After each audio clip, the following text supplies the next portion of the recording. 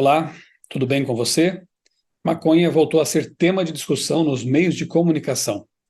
Em 2019, dezembro, nós publicamos uma matéria de capa sobre esse assunto. Daqui a pouquinho eu quero ler para você a entrevista que nós fizemos com um especialista nesse assunto. O título é Maconha para falar sobre os efeitos dessa droga na saúde mental e social dos adolescentes. Entrevistamos um dos maiores especialistas em dependência química no Brasil. Daqui a pouquinho eu vou então mencionar para você aqui, trazer aqui algumas informações desta entrevista que foi publicada na edição de dezembro de 2019 da revista Vida e Saúde. Mas antes, eu quero compartilhar com você também algo que eu publiquei em meu blog outraleitura.com.br. Aqui está: uma droga inocente? Seria a cannabis sativa realmente inofensiva, como pregam alguns? Aqui está a capa da revista, a que me referi há pouco, e vou ler aqui para você esse artigo bem interessante aqui, que cita Dr. Bernal Baldwin, PhD, e o artigo original foi publicado no jornal Journal of Health and Healing em 2010. A substância mais usada na marihuana ou maconha é, segundo informa esse doutor nesse artigo citado, o tetrahidrocannabinol, o THC.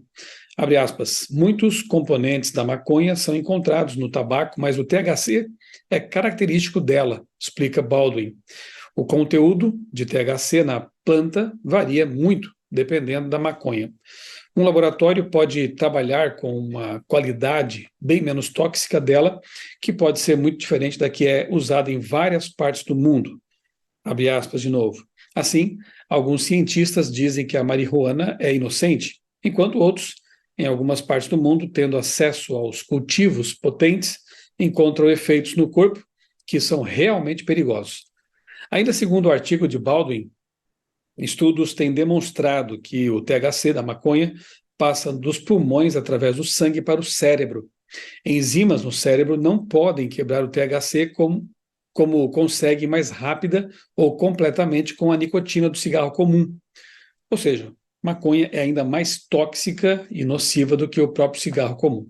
Assim, os efeitos agudos da marihuana são de muito mais longo tempo do que os da nicotina. Traços de THC podem permanecer por até uma semana no corpo. De acordo com Baldwin, os fumadores de maconha geralmente inalam com muito mais força e profundamente para tentar conseguir mais THC. Abre aspas. Isso pode lesar mais devido ao monóxido de carbono e alcatrão absorvidos mais do que no cigarro comum, diz ele. A Associação Britânica do Câncer relata que o alcatrão de cigarros de maconha contém 50% mais concentrações de carcinógenos, elementos cancerígenos, portanto, como o benzopireno e o benzantraceno, do que o cigarro comum. A média de cigarros de maconha fumados em 1960 continha 10 miligramas de THC. Hoje em dia, elas podem ter cerca de 150 miligramas. O THC também pode inibir o sistema imune do cérebro, causando encefalite, suprimir a proliferação de células T, importantes para a defesa do corpo, e inibir a liberação de interferon com GABA, substâncias naturais da imunidade humana. Ainda assim, a despeito dos malefícios físicos, o maior problema da maconha reside no fato de que ela interfere nas ondas cerebrais normais e deprime a atividade elétrica do córtex frontal, sede do caráter e do poder moral. A memória recente fica prejudicada com o uso modesto de maconha. Além disso, ela reduz a motivação, a cognição, o raciocínio, o aprendizado e a habilidade de se concentrar. Pesquisadores verificaram que, quando deram maconha a animais de laboratório que estavam muito estressados, eles começaram a se automutilar. Abre aspas. Isso sugere que algo parecido seria ligado às tentativas de suicídio em usuários de maconha. Já que esses animais normalmente não se automutilam, eles agiram assim por ação da droga, conclui o Dr. Baldwin. Dr. Stronsky, da Fundação Nacional da Ciência da Suíça, num estudo com 9.268 adolescentes suíços, verificou que um quarto deles foram classificados como usuários de maconha, no presente ou no passado, e que, comparados com não usuários, houve maior prevalência de risco de comportamentos antissociais, acidentes e tentativas de suicídio nos usuários da droga. Um estudo na Austrália envolveu 311 pares de gêmeos idênticos e não idênticos do mesmo sexo. Os que tinham usado maconha aos 17 anos de idade foram 2 a 5 vezes mais propensos ao uso de drogas adicionais, dependência de álcool e abuso de drogas do que os que não usaram maconha na mesma idade. Os pesquisadores controlaram outros fatores de risco nesse estudo, tais como o início precoce do consumo de álcool e tabaco, conflitos familiares, separação dos pais, abuso sexual, depressão e ansiedade. Não houve diferença entre os gêmeos idênticos e não idênticos, sugerindo assim que os fatores principais foram mesmo o ambiente e o uso da maconha como causas das complicações comportamentais. Num artigo publicado no jornal A Voz da Serra, o médico psiquiatra Dr. César Vasconcelos de Souza afirma que a ideia de que a maconha não produz efeitos negativos sobre a saúde humana foi desenvolvida durante os anos 60 e 70, quando grupos de rock e outras figuras pop da cultura da época inadvertidamente caracterizaram a droga como benigna. Agora, décadas depois, ainda persiste essa ideia de que ela seja inofensiva, apesar do fato de que mais adolescentes são encaminhados para tratamento pela dependência ou adicção da maconha do que por todas as outras drogas ilícitas combinadas. John Walters, diretor do Escritório Nacional para o Programa de Controle de Drogas nos Estados Unidos, afirma que a maconha é mais perigosa do que as pessoas pensam e ela pode realmente levar a significativos problemas de saúde, abalar famílias e comprometer o futuro dos jovens, precisando ser dissipados enganos sobre ela. Na América do Norte, em 2001, fizeram uma pesquisa com 70 mil jovens acima de 12 anos e encontraram que a porcentagem de usuários de maconha, os que haviam usado pelo menos uma vez no mês anterior, havia aumentado de 4,8% em 2000 para 5,4% em 2001, sendo a droga ilícita mais usada entre a juventude norte-americana. Cerca de 60% dos jovens que usam drogas ilícitas, usam apenas maconha. Jovens da 8ª série experimentam essa droga duas vezes mais do que há 10 anos. Novos consumidores entre 12 e 17 anos dobraram de 800 mil em 1990 para 1,6 milhão em 1996. No ano 2000, cerca de 60% desses jovens achavam que a maconha era de grande risco. E em 2001, o número caiu para 53,5%. A redução da percepção do risco é um indicador importante para o uso futuro da droga. Então, espera-se um aumento no uso de maconha entre os jovens e é o que realmente tem se verificado. Aspas, daí seria importante que pais éticos, jovens livres da dependência química, ex-drogados e a mídia, que às vezes faz o papel irresponsável e maléfico de apresentar pessoas com algum grau ou posição cultural que defendem a ideia de que a maconha é inofensiva, que divulguem a verdade sobre os efeitos danosos do consumo da maconha sobre o corpo humano, a família e o futuro do jovem e da sociedade. Defende aí o Dr. César Vasconcelos, e ele lista então alguns desses efeitos danosos. Veja só, a maconha hoje é muito mais potente. A média de concentração do princípio ativo da marihuana, o THC, responsável pelo barato, ou a onda, aumentou de 1% em 74 para 5% em 97. Efeitos agudos, prejuízo da fala, do pensamento, do julgamento, da memória de curto prazo, da coordenação e equilíbrio motores, pode causar sonolência, ilusões, visão prejudicada, vômito severo, dor de cabeça, vertigem, sendo todas alterações perigosas no conduzir veículos. Problemas respiratórios e câncer. O uso crônico da maconha favorece o surgimento de tosses, inflamações na garganta, bronquite, pneumonia.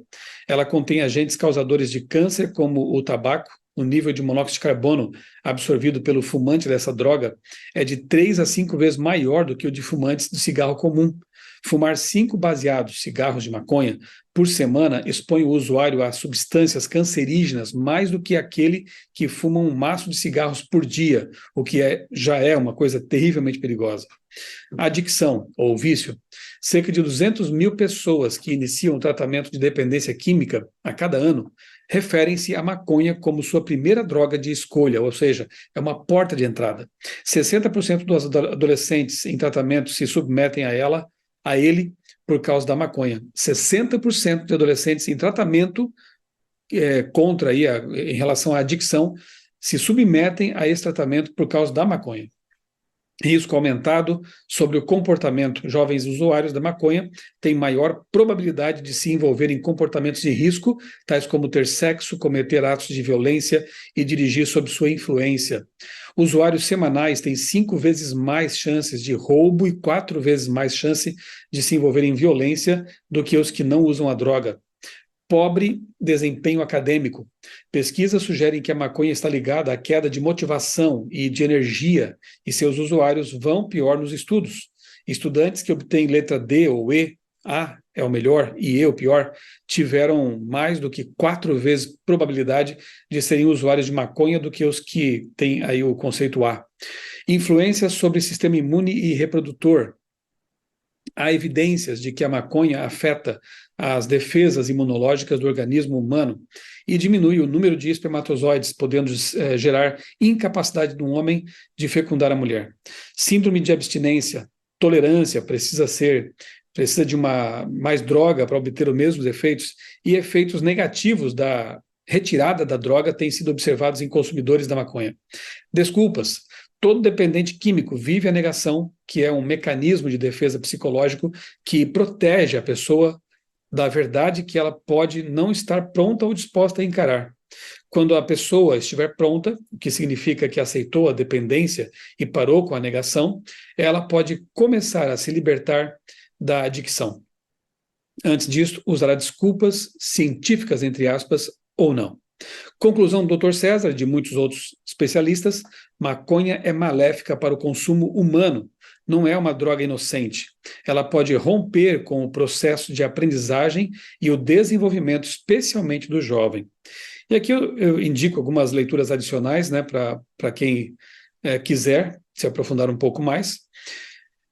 Tem aqui alguns links também, inclusive o link para esta matéria aqui que eu vou mencionar agora para você, da revista Vida e Saúde, e outros links ali logo a seguir, tá bem? Então, convido você depois a conferir esses links ali. Vou deixar aqui na descrição do vídeo, inclusive, o link deste post aí no meu blog, outraleitura.com.br. E agora eu quero ler algumas partes aqui desta matéria especial na revista Vida e Saúde sobre maconha e adolescentes. Em meu editorial aqui, eu disse o seguinte, cortina de fumaça, que em artigo publicado recentemente na revista científica Epigenetics, pesquisadores da Universidade de Duke comprovaram que ratos e seres humanos expostos a cannabis apresentam alterações no gene DLGAP2, e a suspeita é que isso esteja associado com a origem do autismo e da esquizofrenia. A droga provoca alterações no gene e essas alterações passam dos pais para os filhos.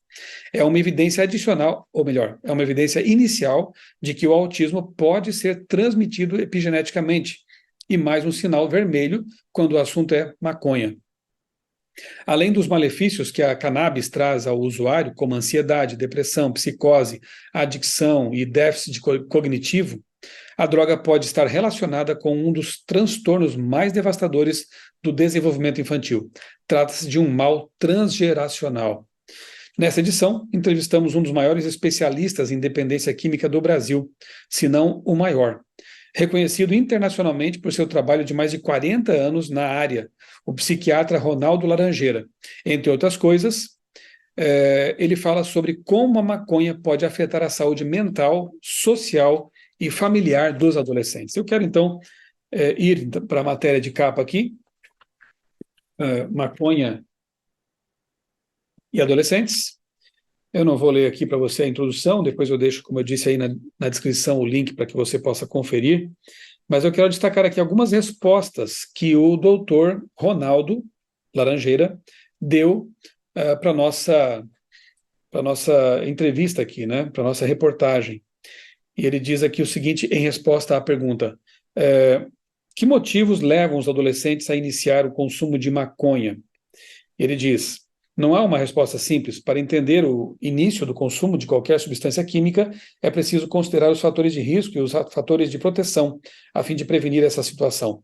Alguns desses fatores de proteção ao uso, por exemplo, podem ser o fato de os pais não usarem drogas, a criança ou adolescente viver em um ambiente harmonioso, familiar, gostar do ambiente escolar, ir bem na escola, ou se não vai bem na escola, ao menos poder ser amparado, envolver-se com esportes ou atividades artísticas, possuir uma rede social de amigos que não usam drogas, morar em um país com uma cultura que desfavoreça o consumo de drogas e não apoie, entre outros fatores. A Islândia, por exemplo, é um país que estabeleceu políticas de prevenção. Já os fatores de risco que fazem com que as pessoas usem maconha podem ser, por exemplo, morar em um país que a legalizou. Temos dados de estudos nossos que revelam que a prevalência de uso entre os jovens no Brasil é de 3 a 5%, enquanto em Denver, no Colorado, em um dos locais em que há mais tempo a maconha foi legalizada, esse número é de 20%. Então, no Brasil, antes da legalização da maconha, 3 a 5% de prevalência. Lá no Colorado, em Denver, onde há mais tempo a maconha é legalizada, o número é de 20%. Outros fatores de risco que podem ser acrescentados são o fato de o adolescente ir mal na escola e não ter convicções religiosas. No fundo, o que vai determinar quem vai usar ou não a maconha é o balanço entre fatores de risco e de proteção. A outra pergunta que fizemos a ele: qual o impacto da propaganda em relação ao consumo de drogas e qual a associação do uso de drogas comuns, cigarro, álcool, com o uso específico de maconha? Ele respondeu: a propaganda realmente é importante. Não foi à toa que há alguns anos meus colegas e eu fizemos um abaixo-assinado para proibir a propaganda de álcool nos meios de comunicação. A indústria do álcool foi muito virulenta, comprou ou influenciou muito o Congresso a fim de engavetar essa questão. Por outro lado, vemos como foi muito importante proibir a propaganda do cigarro, juntamente com todas as políticas que foram feitas em paralelo, para que houvesse a diminuição do número de fumantes no Brasil. Esse número caiu para menos da metade. Havia 30% de fumantes e agora nós estamos próximos a 10%. Então a campanha contra fez bem. Então a propaganda com certeza influencia o comportamento. No caso específico da maconha, o que influencia, como já tem acontecido nos Estados Unidos e no Canadá, é que as empresas produtoras de maconha usam vários tipos de propagandas, outdoors, redes sociais, lojas, para que a maconha seja percebida como tendo um risco baixo, o que novamente é uma mentira. A indústria do tabaco fez isso por muitos anos. Há documentários que denunciam essa irresponsabilidade, esse crime que foi cometido, e agora, novamente, vemos isso sendo feito, de certa forma, com respeito à maconha. Quando vão perceber que realmente os malefícios são muitos no consumo dessa droga?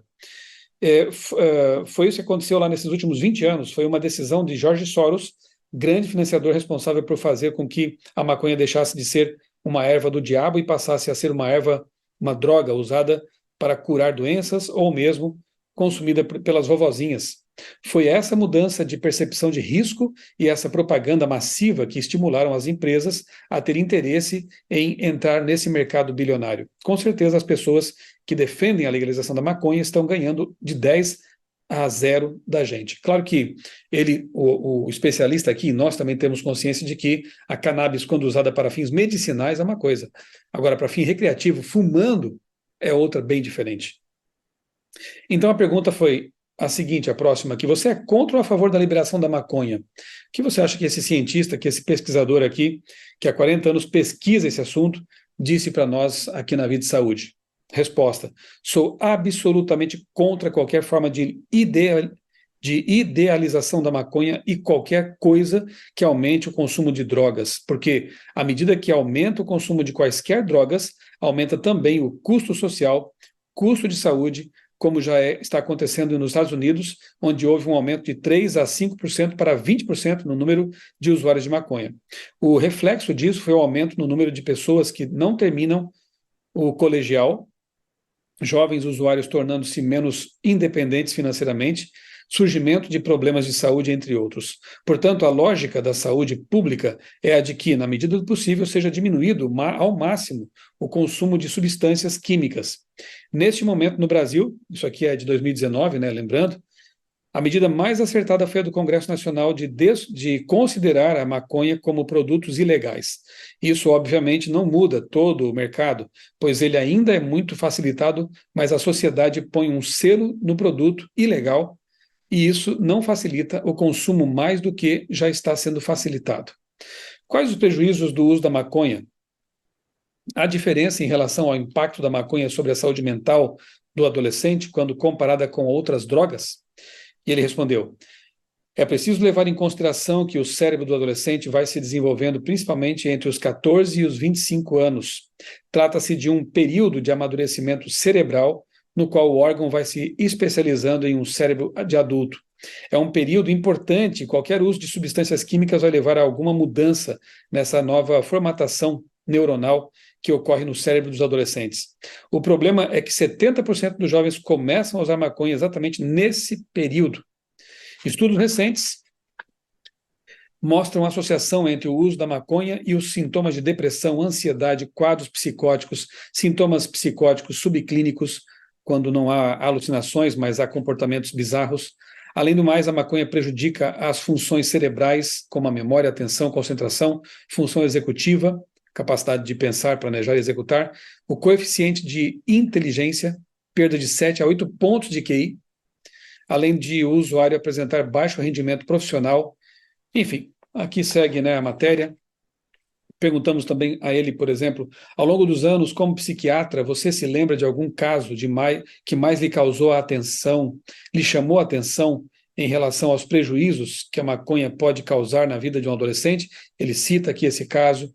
Existe alguma relação entre o consumo de drogas na adolescência e a convivência com pais consumidores? Aqui está a resposta. Atualmente, qual é o efeito do uso da maconha sobre as relações familiares? Outra, a busca por religiosidade ou por Deus é um fator que pode proteger adolescentes do vício das drogas? Por quê? Vem uma resposta científica aqui muito interessante. Há algum tipo de interesse econômico por trás daqueles que defendem a legalização da maconha? Eu vou deixar que você leia essa matéria, ok? Aqui está então a edição de dezembro de 2019 da revista Vida e Saúde, mostrando o perigo de se minimizarem os riscos do consumo de maconha e de se pensar em uma legalização de uma droga que tem destruído vidas, destruído famílias, enfim, causado muitos estragos. Seria interessante que as pessoas que defendem a legalização, pessoas que acham que não tem problema nenhum em se usar maconha para fins recreativos e não medicinais, pudessem passar um tempo numa clínica de pessoas que lutam contra vícios, contra a adicção. Eu já conheci pessoas e já estive em lugares desse tipo e é muito triste. A luta é terrível. Só realmente, muitas vezes, com o poder de Deus, algumas dessas pessoas conseguem vencer o vício, embora vão lutar com isso por toda uma vida, e os estragos sociais e familiares que essa droga e outras drogas também vêm causando, inclusive drogas tidas como lícitas, né, como álcool, cigarro e por aí vai. Realmente é muito triste ver que pessoas têm considerado a possibilidade de permitir que essa droga seja realmente liberada para o consumo, para ser uma droga lícita e como algo simples, algo não perigoso. É realmente muito triste ver uma situação como essa. E eu convido você, então, a ler esses textos, verificar por si mesmo o que as pesquisas científicas têm trazido sobre esse assunto e tomar a sua decisão com respeito e, quem sabe, até ajudar outros a entender melhor o assunto e a formar uma opinião com base em fatos, ok? Leia, por favor, os links que eu deixarei aqui na descrição deste vídeo. Um grande abraço para você e que Deus abençoe grandemente a sua vida e também a sua família.